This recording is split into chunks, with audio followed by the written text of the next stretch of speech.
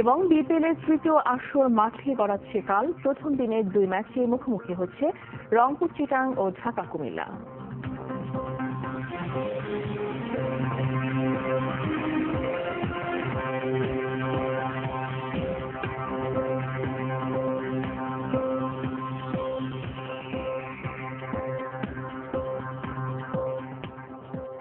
আসসালামু আলাইকুম, স্বাগত আইটিভি রাতের সংবাদে।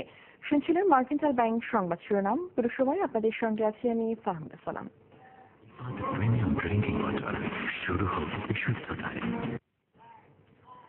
দর্শক, মানবতা বিরোধী অপরাধী সালাউদ্দিন কাদের চৌধুরী ও আলী আহসান মুজাহিদের প্রাণ ভিক্ষার আবেদন নাকচ হওয়ার পর চলছে ফাঁসি কার্যকর প্রস্তুতি। এই মুহূর্তে ঢাকা কেন্দ্রীয় কারাগারের সামনে আছেন আমাদের সহকর্মী শামীমা আক্তার। সেখান থেকে সরাসরি যোগ দিচ্ছেন তিনি। শামীমা, মুজাহিদ এবং সাকার ফাঁসির আবেদনের প্রাণ ভিক্ষার তবে এটা তো রাষ্ট্রপতি খারিজ করে দিয়েছেন, মানা করে দিয়েছেন। তো আমরা জানি যে এখন ফাঁসি কার্যকর, শুধুমাত্র সময়ের অপেক্ষা। তো আপনার কাছে জানতে চাচ্ছি যে কেন্দ্রীয় কারাগার কর্তৃপক্ষ ভিতরে প্রবেশ করেছিল, তারা বের হয়েছে কিনা, কিছু জানিয়েছে কিনা, ঠিক কটা নাগাদ ফাঁসি কার্যকর হতে পারে? ধন্যবাদ।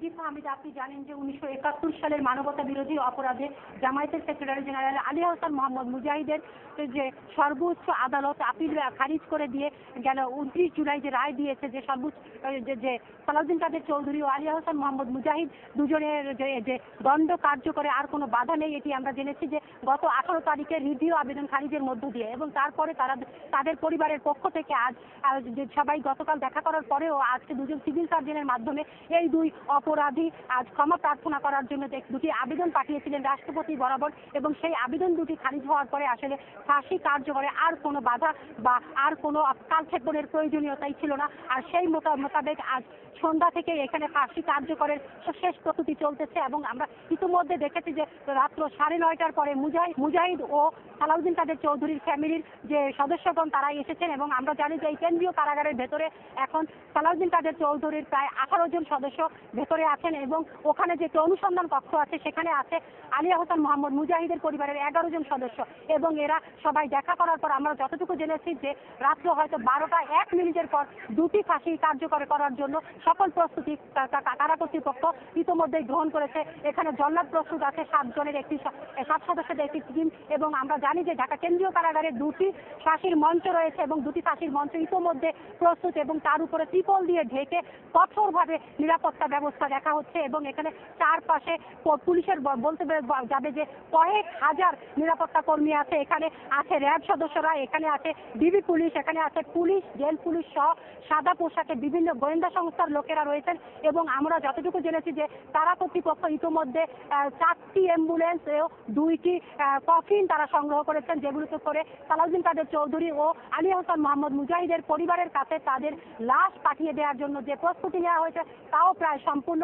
এবং ইতিমধ্যে কারাগারে আছে ঢাকার 2জন সিভিল সার্জন এবং 2জন ম্যাজিস্ট্রেট সহ জেল সুপার ও প্রিজন ও আইজি প্রিজন সহ অতিরিক্ত আইজি প্রিজন এখানে ইতিমধ্যে ঢুকেছেন। এবং তারা কেউই কিন্তু এখনো এখান থেকে বেরিয়ে যায়নি।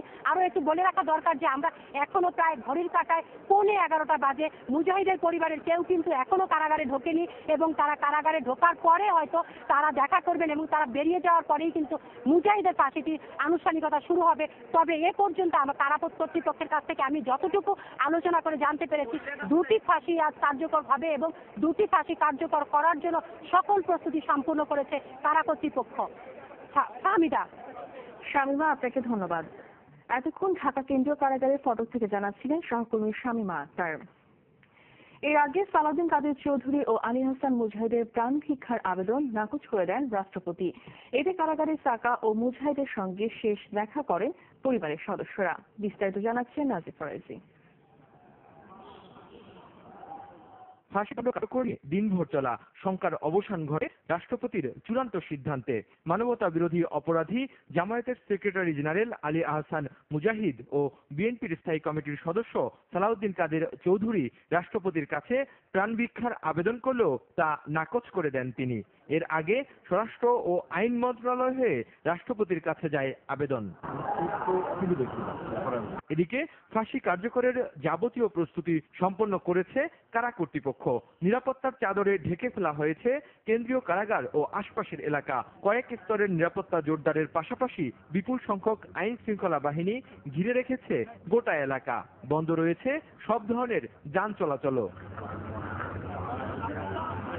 সালাউদ্দিন কাদের চৌধুরীর সঙ্গে দেখা করতে পরিবারের 40 সদস্য আসেন কেন্দ্রীয় কারাগারে। এরপর আসেন মুজাহিদের পরিবারের সদস্যরাও।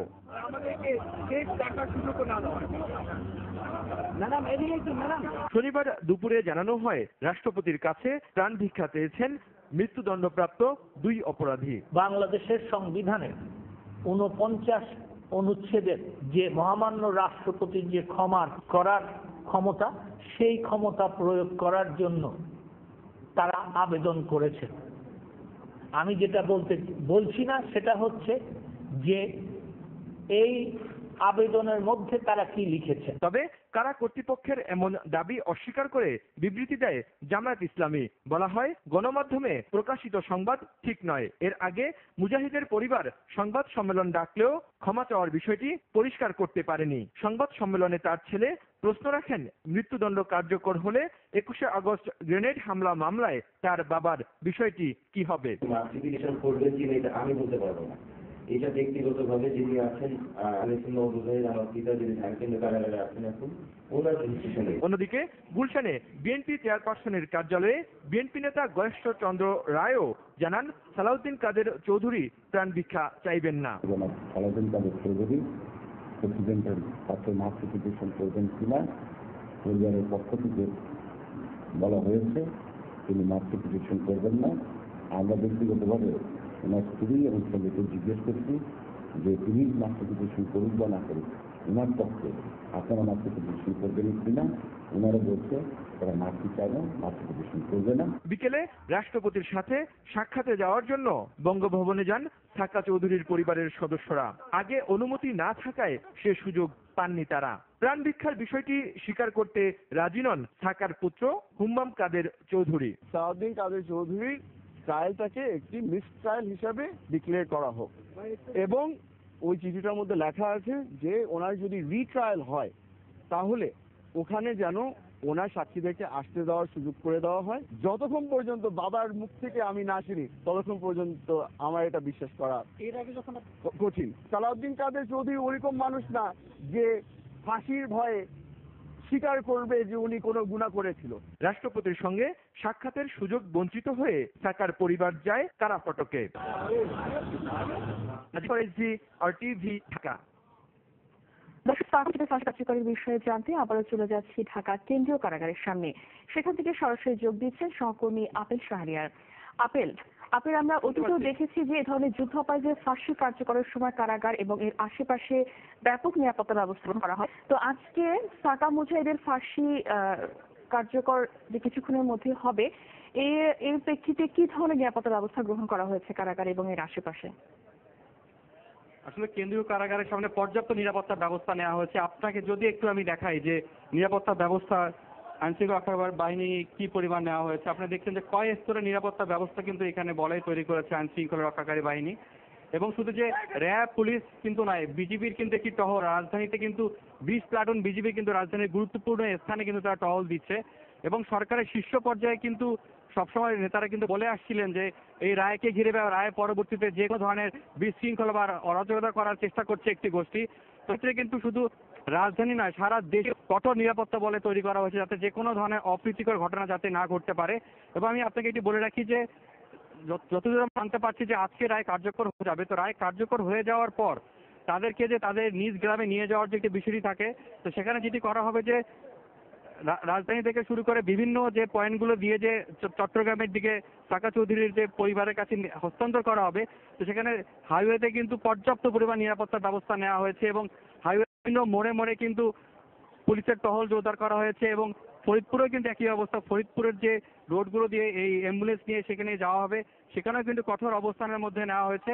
এবং আরেকটি বিষয় আপনাকে জানিয়ে রাখি যে সরকার পক্ষ থেকে কিন্তু বারবার বলা হচ্ছে যে একটি গোষ্ঠী যে কোনো ধরনের বিশৃঙ্খলা করার একটা চেষ্টা করতে পারছে। তো এখন পর্যন্ত কিন্তু কোনো ধরনের কিন্তু বিশৃঙ্খলা হওয়ার কিন্তু এখন পর্যন্ত আমরা কিন্তু দেখিনি। তবে ভাবছি যে যখন রায় কার্যকর হয়ে যাওয়ার পর যখন তাদেরকে তাদের নিজ গ্রামে নিয়ে যাওয়া হবে তখন ধন্যবাদ। দর্শক, এতক্ষণ ঢাকা কেন্দ্রীয় কারাগারের ফটক থেকে জানাচ্ছিলেন সহকর্মী আপিল শাহরিয়ার। এদিকে আলী হাসান মুজাহিদ ও সাকা চৌধুরীর নিজ এলাকা ফরিদপুর ও চট্টগ্রামে জোরদার করা হয়েছে নিরাপত্তা ব্যবস্থা। ফাঁসি কার্যকরের পর তাদের লাশ এলাকায় দাফনে বিরোধিতা করছেন স্থানীয়রা। অন্যদিকে এই দুই যুদ্ধাপরাধীর ফাঁসি দ্রুত কার্যকরের অপেক্ষায় প্রহর গুনছে তাদের এলাকার লোকজন। ফরিদপুর ও চট্টগ্রামের স্টাফ রিপোর্টারের তথ্যচিত্রে নুসরাত জাহান সিনথির রিপোর্ট।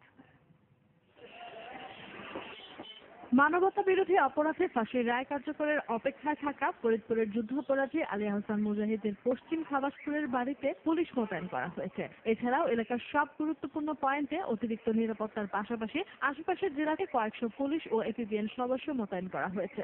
ফরিদপুর শহরকে এবং ফরিদপুর জেলাকে ঘিরে অস্থিতিশীল করার কোন রকম পদক্ষেপ এখানে গ্রহণ করতে কেউ পারবে না, সেটা ব্যর্থ করে দেওয়া হবে। এদিকে মুজাহিদের দাফন ফরিদপুরে করতে দেওয়া হবে না বলে ঘোষণা দিয়েছেন আওয়ামী লীগ ও মুক্তিযোদ্ধা নেতারা। আমরা কোনোভাবেই তার লাশ ফরিদপুরে দাফন করতে দেবো না। সর্বস্তরে জনগণ নিয়ে আমরা এটাকে বুঝিয়ে দেবো। আমরা দাবি করব সরকারের কাছে তার মাটিটা যেন ফরিদপুরে না হয়। অন্যদিকে সাকা চৌধুরীর রাউজানের বাড়িতে এখন থমথমে অবস্থা। তবে ভাই শফিউদ্দিন কাদেরের পাশে সাকার লাশ দাফনের সিদ্ধান্ত শুনে এর বিরোধিতায় মিছিল সমাবেশ করছে স্থানীয়রা। রাউজান হচ্ছে মাস্টার দাসুজ্জ খানের, এখানে কলঙ্কিত করেছিল তার পরিবার। আমরা চাই যেখানে স্পট লাগছে ওই স্পটটা একটু সাবান দিয়ে ধুয়ে দিতে চাই। রাউজান নাশকতা ঠেকাতে পুলিশ সতর্ক অবস্থানে রয়েছে। প্রতিটি গুরুত্বপূর্ণ পয়েন্টে থাকছে বাড়তি নিরাপত্তা ব্যবস্থা। আমরা আমাদের বিভিন্ন পুলিশ ফোর্স, আমাদের ইন্টেলিজেন্স, আমাদের এসবি তারাও এখানে বিভিন্ন ভাবে ঘোরাঘুরি করতেছে এবং সার্বক্ষণিক নজর রাখছে। তবে সাকা ও মুজাহিদের ফাঁসি দ্রুত কার্যকরের মধ্য দিয়ে যুদ্ধ অপরাধী এলাকার অপবাদ থেকে মুক্ত হওয়ার প্রহর গুনছে চট্টগ্রাম ও ফরিদপুরবাসী। নুসরাত জাহান সিনথি, আরটিভি। সশস্ত্র বাহিনীকে আরো শক্তিশালী করতে সরকার বদ্ধপরিকর, একথা জানালেন প্রধানমন্ত্রী শেখ হাসিনা। সশস্ত্র বাহিনী দিবসে খেতাবপ্রাপ্ত মুক্তিযোদ্ধা ও তাদের উত্তরাধিকারীদের এক সংবর্ধনা অনুষ্ঠানে একথা জানান তিনি। এ সময় স্বাধীনতা বিরোধী যে কোনো চক্রান্ত মোকাবেলায় সবাইকে ঐক্যবদ্ধ থাকার আহ্বান জানান শেখ হাসিনা। মারুফেজা রিপোর্ট। 1971 সালের 21 নভেম্বর সেনা, নৌ ও বিমান বাহিনীর সমন্বয়ে আনুষ্ঠানিকভাবে গঠিত হয় বাংলাদেশ সশস্ত্র বাহিনী। দিবসটির স্মরণে সশস্ত্র বাহিনী বিভাগের খেতাবপ্রাপ্ত মুক্তিযোদ্ধা ও তাদের উত্তরাধিকারীদের সম্মানেই এই আয়োজন।